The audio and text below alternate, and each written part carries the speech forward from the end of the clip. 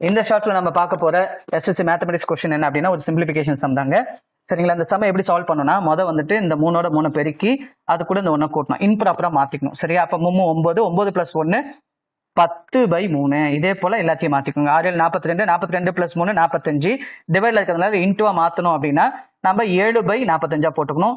அடுத்தது வந்து என்ன வரும்? 3/2 வரும். அடுத்தது அதே போல பண்ணோம்னா 22/7 வரும். சரியா? இந்த 7க்கு இந்த 7 கேன்சல் பண்ணுங்க.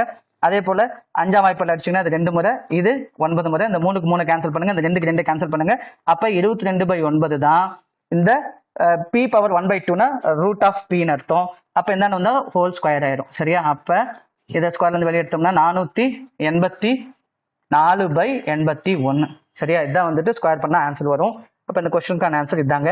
இந்த செட் 4ல இருக்கிற எல்லா கொஸ்டினையும் நீங்க டீடைலா ஸ்டெப் பை ஸ்டெப்பா பார்க்கணும்னா இந்த ஷார்ட்ஸோட கமெண்ட் செக்ஷன் சரி, டிஸ்கிரிப்ஷன் சரி, அதுக்கான லிங்க் கொடுத்துருக்கேன், நீங்க கிளிக் பண்ணி பாத்துக்கலாங்க.